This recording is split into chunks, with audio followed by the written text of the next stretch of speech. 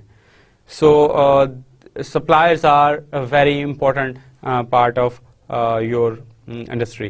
یہاں میں آپ کو ایک کوشچن کروں گا کہ ایک ایسے صاحب ہیں, ان کے پاس کچھ لوگ آئے ہیں اور وہ آ کے ایک صاحب نے کہا جناب ہمارے کانٹریکٹ کے مطابق میں یہ کام مجھے یہ کام روک دینا چاہیے ہے تاکہ میں اس سے بینیفٹ لے سکوں. دوسرے صاحب کہتے ہیں کہ ہماری انڈرسٹینڈنگ یہ ہے کہ کام کو جاری رہنا چاہیے, اور اس جو ایکشن ہوا ہے اس کی وجہ سے جو کام رکے گا تو وہ کانٹریکٹر کو یا جو دوسری پارٹی ہے اس کو اس کا پیسے دینے پڑیں گے, یا اس کو وہ سارے لیکوڈیٹی ڈیمیجز ہیں وہ بیئر کرنے پڑیں گے. اب جو دونوں پارٹیز ہیں وہ آپ کے پاس آ کے بیٹھی ہیں, آپ اس وقت کس رول میں ایکٹ کر رہے ہیں؟ اگر آپ کا جواب ہے دی انجینئر کے رول میں تو مور اور لیس آپ کا جواب بالکل ٹھیک ہے. اچھا, اسی طرح آپ کا پروجیکٹ ٹیم ممبر آیا اور اس نے آ کے آپ کو کہا کہ سر میں نے سائٹ کے اوپر وزٹ کیا تھا اور وہاں جو ہے وہ اسٹیل جو ہے وہ صحیح طریقے سے نہیں وہ فکس کر رہے, اور اس کی جو اسٹرینتھ ہے وہ بھی ٹھیک نہیں ہے, تو آپ اس طرح کریں کہ جو امپلائر ہے اس کو بھی بتا دیں اور جو کانٹریکٹر اس کو بھی بتا دیں اور دی انجینئر کو بھی نوٹیفائی کر دیں. بائی دیٹ ٹائم جو آپ پروجیکٹ مینیجر ہیں, آپ کس کی طرف سے جو ہمارے پاس یہ لسٹ ہے کس کی طرف سے آپ جو پروجیکٹ مینیجر ہیں؟ اگر تو آپ کا جواب ہے کہ آپ سپروائزری کنسلٹنٹ کے پروجیکٹ مینیجر ہیں تو پھر آپ کا جواب بالکل ٹھیک ہے. So this is about few of the prime stakeholders of the construction projects. Okay, so what is the importance of construction in national economy? So there are few figures over there. Construction accounts for more than 2.5% of gross domestic product to GDP of Pakistan, according to Economic Survey of Pakistan 2011. Construction has been a growth of as high as 28.4% in financial year 9-10 in Pakistan, averaging 6% growth in 2000s only. 6% کی growth تھی اس industry کے اندر, اور صرف 9-10 کے اندر جو document ہوا وہ 28.4% growth تھی. Construction has produced 6.7%, making about 3.68 million of total jobs, 54.92 million in financial year 2009-10. Construction had produced about 6.6% of the total jobs in year 2008-9, showing a consistent trend. Now this is very important, یعنی کہ آپ کہہ سکتے ہیں کہ 6.6% تک کی jobs جو ہیں وہ کنسٹرکشن انڈسٹری پروڈیوس کرتی ہے. اس کے علاوہ about more than 50 انڈسٹریز جو ہیں وہ کنسٹرکشن کی انڈسٹری کے اوپر ڈپینڈ کر رہی ہوتی ہیں. اور یہ اکنامک سروے آف پاکستان کی سلائیڈ ہے. یہاں آپ دیکھ سکتے ہیں کہ جو تیسرے نمبر پہ ایگریکلچر, مینوفیکچرنگ, اور نیچے تیسرے نمبر پہ کنسٹرکشن ہے, دیٹ از ان گرین. اور سب سے زیادہ جو پاکستان کے اندر جو امپلائمنٹ شیئر ہے یا جہاں سے امپلائمنٹ جنریٹ ہوتی ہے, دیٹ از ایگریکلچر. جو دوسرے نمبر پہ جاب جو کریٹ کر رہا ہے that is manufacturing, that is wholesale and retail trade 16%. اور اس کے بعد آ جاتا ہے آپ کا مینوفیکچرنگ کا, اور اس کے بعد community and social and personal services, اور then construction is 7%, and then transport and storage and communication is 5%, and others 3%. So this actually depicts the importance of construction part in employment share. So when it comes to construction industry, you have to go and hunt for the work. So it starts with یہ نہیں ہوتا کہ آپ پہلے دن گئے تو آگے کچھ گھر بننے کے لیے تیار ہوں گے, نہیں. آپ کو اپنا کام, اگر آپ اس انڈسٹری کے اندر بزنس کرنا چاہتے ہیں یا آپ آنا چاہتے ہیں یا آپ اس انڈسٹری کو اپریہینڈ کرنا چاہتے ہیں تاکہ فیوچر کے اندر آپ اس کسی آرگنائزیشن کے ساتھ جائیں تو آپ کے پاس پورا ایک بیک گراؤنڈ ہو, نالج ہو, اور اگر آپ اس انڈسٹری کے اندر ہیں تو آپ اس کو بہتر طریقے سے سمجھنا چاہتے ہیں, تو جو سب سے امپورٹنٹ چیز ہے وہ ہے ورک ہنٹ. اگر آپ کے پاس کام لینے کی فیسلٹی ہے یا آپ کے پاس ابیلٹی ہے کہ آپ کام لے سکتے ہیں تو پھر آپ یو آر سو گڈ, اس کے بعد آپ اس کو مینج بھی کر سکتے ہیں. So this industry is full of opportunities. The construction organisations has to identify, analyse, exploit these opportunities. The first step is to hunt the work.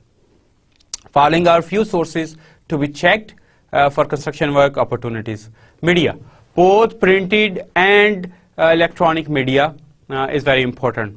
Then consultants, جو بھی آپ کے ڈیزائن کنسلٹنٹس ہیں جو کلائنٹ ان کے ساتھ ڈیل کر رہے ہوتے ہیں تو میجورٹی آف ٹائم وہ یہ کہتے ہیں, کنسلٹنٹ سے پوچھتے ہیں کہ ہمیں کوئی اچھا سا ٹھیکیدار دے دیں یا ہمیں اچھا سا کانٹریکٹر دے دیں, یا ہمارے پاس یہ اس طرح کا اسپیشلٹی ورک ہے, وی وانٹ سم باڈی کہ جو بڑا experienced who. In that case consultant آپ کو بڑی اچھی نیٹ ورکنگ کروا سکتے ہیں. پھر آرکیٹیکٹس اینڈ انجینئرز, میں ایک فیلڈ میں کنسلٹنسی کرتا ہوں اور یہی چیز میرے ایک اور جو کولیگ ہے اس کو پتہ ہے, ایک صاحب اس کے پاس آتے ہیں اور میں نے کہا ہوا ہے کہ جناب جب بھی آپ کے پاس کام آئے تو مجھے بتائیے گا. وہ تیسرے صاحب جب آئے تو انہوں نے میری طرف ریفر کر دیا. سو پیئر آرکیٹیکٹس اور انجینئرس کے پاس بھی کافی ایک کام ہوتا ہے. این جی اوز کا جو پرائم آبجیکٹو ہے وہ یوزلی کنسٹرکشن نہیں ہوتا, یوزلی میجورٹی آف ٹائم وہ بیسیکلی سروس اورینٹیڈ ہوتے ہیں, اور ان دیٹ کیس جب وہ کنسٹرکشن کی طرف آنا چاہتے ہیں تو ان کے پاس نہ تو پروسیسز اس طرح میچورڈ ہوتے ہیں جس طرح کہ آپ کی آرگنائزیشن کے پاس یا آپ کے پاس ایز اے بینگ کانٹریکٹر ہوتے ہیں یا ایز بینگ ڈیزائنر ہوتے ہیں. تو ان دیٹ سینیریو آپ کے پاس بڑی اچھی اپرچونٹی ہے کہ آپ ان کا جو وہ missed part of their organisation process ایسٹ ہے آپ اس کو ایڈیکویٹلی اٹینڈ کر سکیں.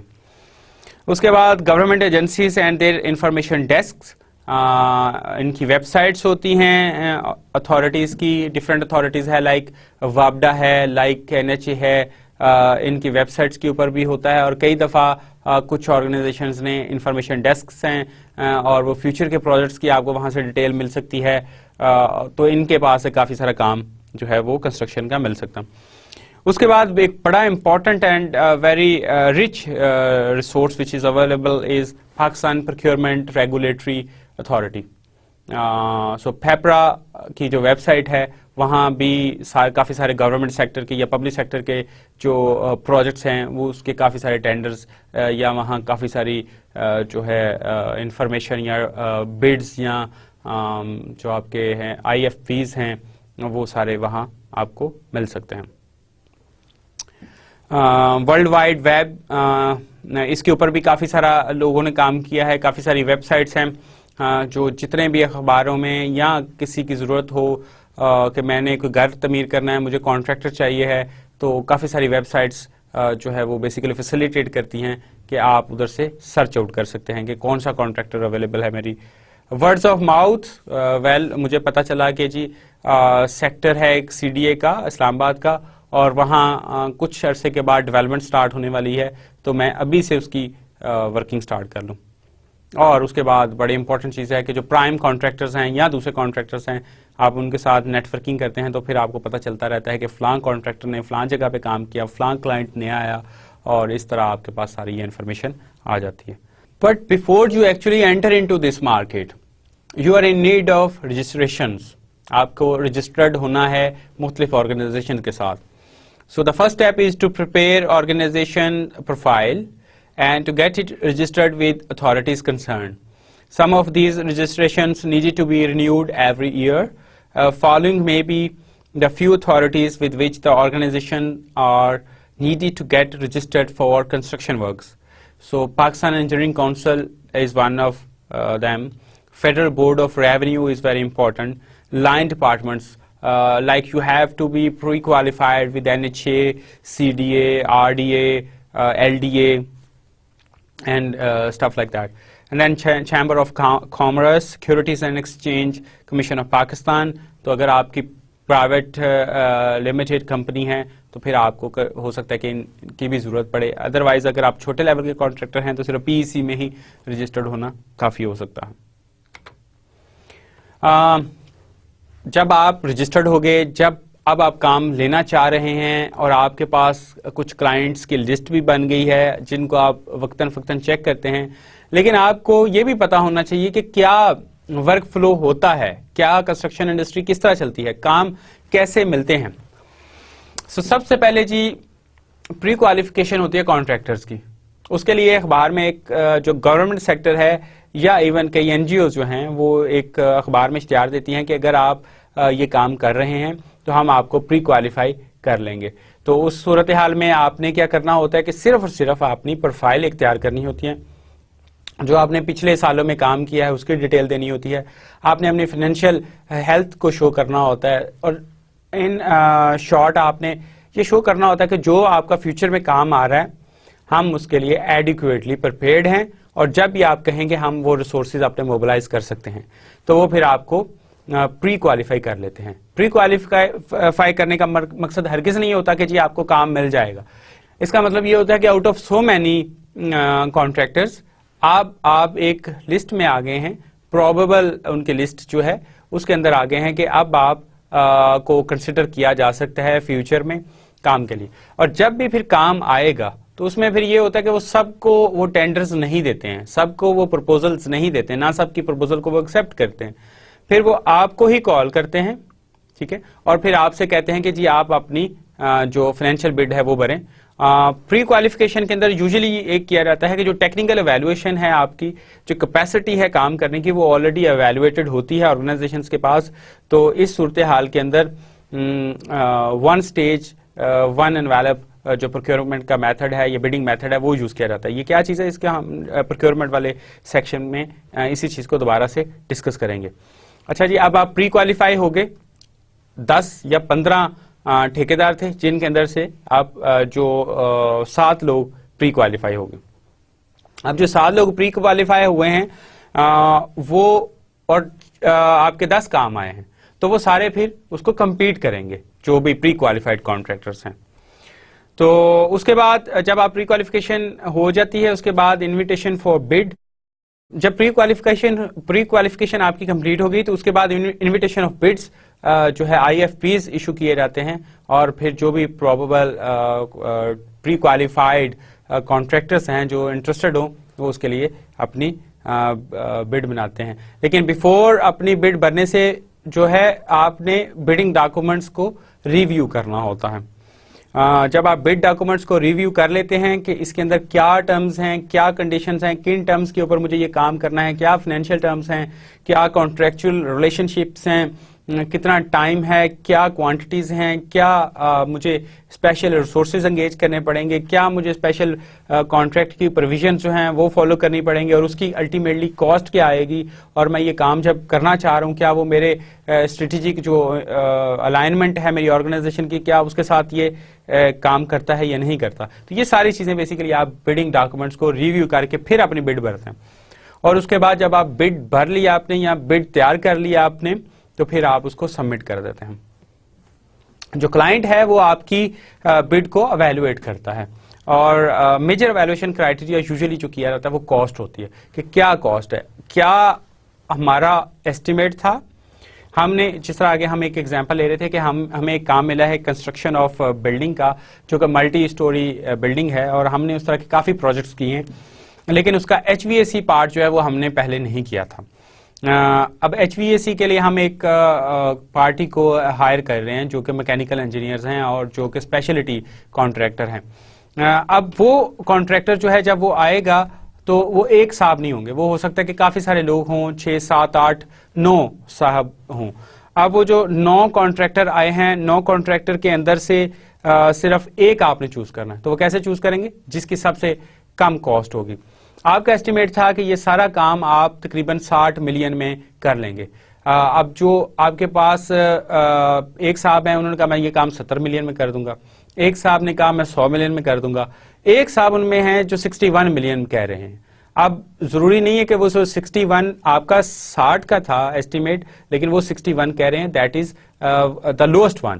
You have to arrange negotiation with that guy. اگر تو وہ صاحب 60 تک آنے کو تیار ہو جائیں پھر تو بات ہی ختم ہوگی, لیکن اگر نہیں بھی آتے پھر بھی آپ انہی سے کام لیں گے جو بھی لوسٹ ہوگا.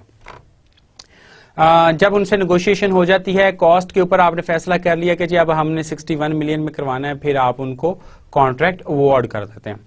اور جب کانٹریکٹ اوارڈ ہو جاتا ہے تو پھر اس کے بعد کانٹریکٹ ایڈمنسٹریشن شروع ہو جاتی ہے. جو کام ہو رہا ہے یہ کام according to the contract close ہے یا نہیں, یہ کام کیوں کرنا ضروری ہے, یہ کام کانٹریکٹ کے اندر نہیں آتا, یہ سارے جو سوالوں کے جواب ہیں یا اس طرح کے جو سینیریوز ہیں یہ کانٹریکٹ ایڈمنسٹریشن کے اندر آتے ہیں. اور پھر on successful completion of the project جو کانٹریکٹ ہے وہ خود ہی سے کلوز ہو جاتے ہیں, یا اگر وہ آبجیکٹیوز اچیو نہیں کر پائے تو وہ پری میچورلی ٹرمینیٹ کر دیے جاتے ہیں. So this is about construction works procurement flow chart جو بھی پروکیورمنٹ کا ہے. سو اگر آپ نے کام سٹارٹ کرنا ہے تو آپ نے ورک ہنٹ کرنا ہے, آپ نے رجسٹریشنز پوری کرنی ہے, پروفائلز بنانی ہیں, اور اس کے بعد آپ نے یہ پورا کا پورا جو پری کوالیفیکیشن سے لے کے review of bidding documents, preparing bids and submitting bids, and then having negotiations on cost, and then contract administration or contract closure. So this is the cycle of. جب ہم بات کر رہے تھے ریویو آف بڈنگ ڈاکومنٹس تو اس کے اندر یہ تھا کہ آپ کو بڈ کرنی بھی چاہیے ہے کہ نہیں چاہیے ہے. جو ایسی کچھ ریکوائرمنٹس کلائنٹ نے اپنے بڈنگ ڈاکومنٹس میں ڈالی ہیں جو کہ آپ کی آرگنائزیشن فیل کرتی ہے کہ یہ ہماری کیپیسٹی نہیں ہے اور آپ وہ کام نہیں کرنا چاہتے ہیں, تو کیا وہ پیرامیٹرز ہیں جن کے اوپر آپ فیصلہ کرتے ہیں کہ مجھے یہ کام کرنا ہے اور مجھے یہ کام نہیں کرنا ہے. سو اس کے لیے آپ کا پراپر میکانزم ہوتا ہے جس کے اندر جا کر کے آپ یہ سارے ڈیسیژن کرتے ہیں. So construction organization decides whether to go for bidding or not, basing on the following, but not limited to. The project is aligned with the mission, objective and goals of the organization.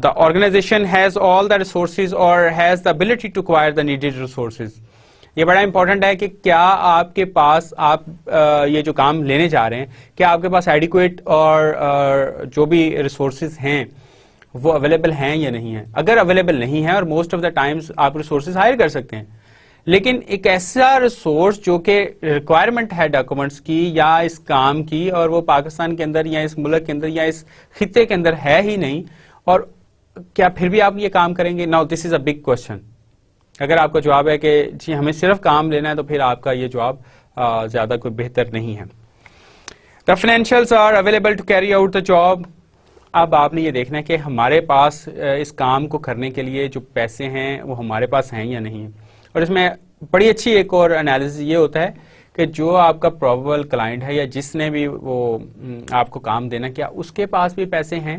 یہ نہ ہو کہ آپ کام کر رہے ہیں اور پھر آپ کے کیش فلوز کا مسئلہ آ جائے. اور this happens in this industry. The organization has construction processes assets to take up the job.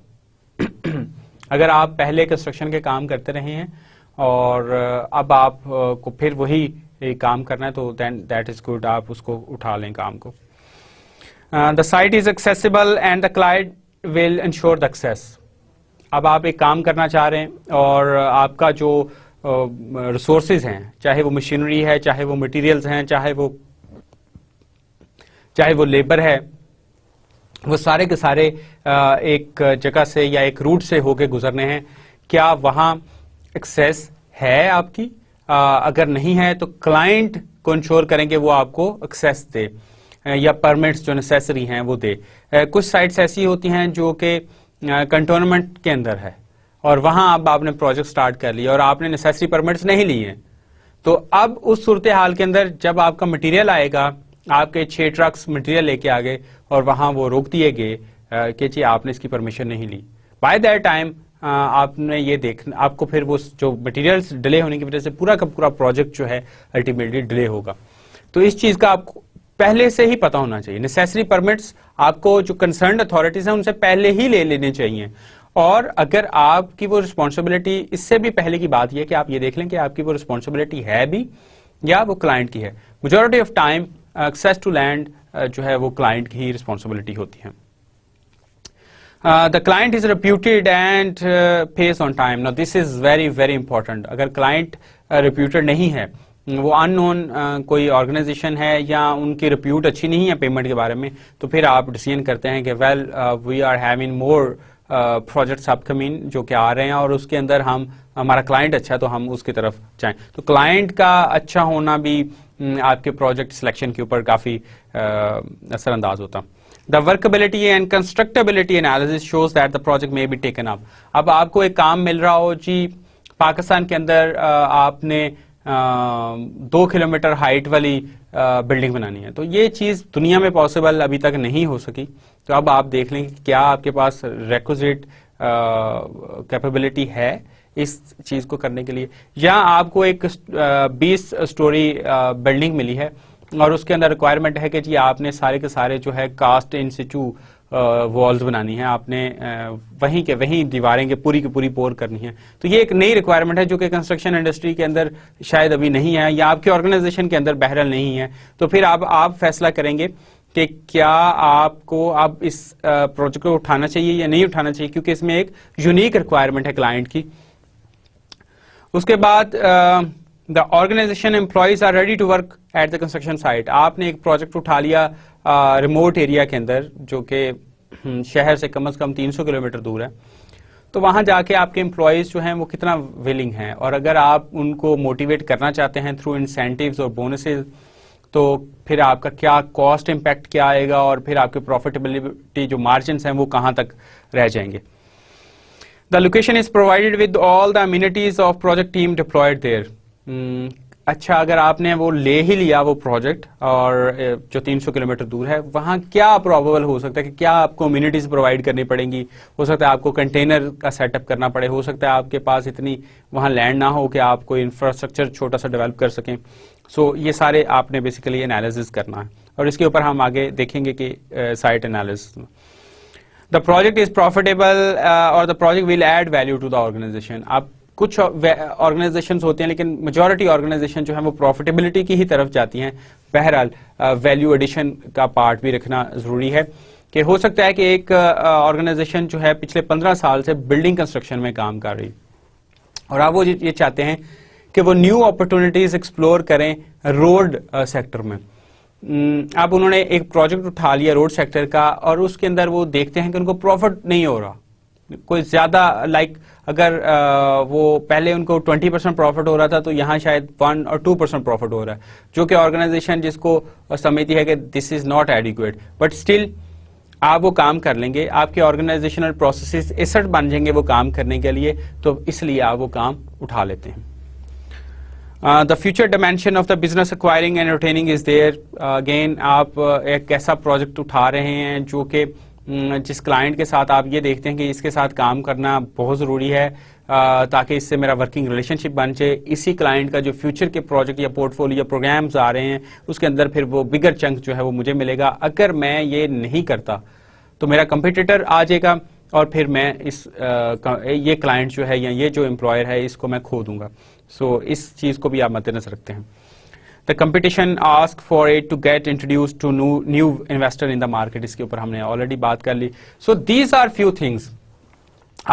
While you are actually reviewing the bidding documents, you then decide whether to bid or not. یہ نہیں ہے کہ آپ نے فوراً بڈ بھر دی اور بڈ اس کو کمپلیٹ کیا, بڈ فارم کو سبمٹ کر دیا. نو, پھر آپ یہ ساری چیزیں بھی بیسیکلی دیکھتے ہیں.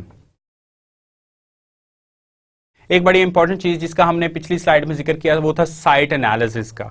Even before the award of work, preliminary site study is very helpful in preparation of realistic bid, preparation of probable budgets, preparation of schedules, preparation of project risk plan, and preparation of stakeholder management plan, understanding the need of extraordinary resources well before time on that specific project, and preparation of utilities need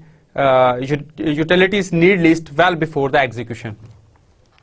تو site analysis اگر آپ اور کچھ آپ کے clients ہیں جو construction کے پروجیکٹس کے اوپر آپ سے ڈیمانڈ کرتے ہیں کہ آپ اپنی بڈ کے اندر سنیپس لگائیں گے اسی سائٹ کی, سو دیٹ کلائنٹ کو پتا چلے کہ آپ کتنے انٹرسٹڈ ہیں کہ آپ نے سائٹ کے اوپر ایک وزٹ کر لیا تاکہ آپ کو سائٹ کا پتا ہو ہم نے یہاں آ کے کام کرنا ہے, اور یہ نہ ہو کہ کل آپ بڈ سبمٹ کرا دیں اور آپ کو کانٹریکٹ مل جائے اور جب آپ سائٹ کے اوپر جائیں تو آپ کہیں جناب ہم نے تو 100 روپے میں یہ کام آپ سے کمٹ کر لیا, یہ تو 200 روپے کا کام ہے کیونکہ اس میں تو اتنی مشکل ہے اس علاقے میں جانے میں اور یہ اور وہ. تو اس صورتحال کے لیے یہ سارا بیسیکلی آپ کا ایک پریلیمنری لیول کی اسٹڈی بہت ضروری ہو جاتی ہے. Construction project organization is the one which actually take up the construction works.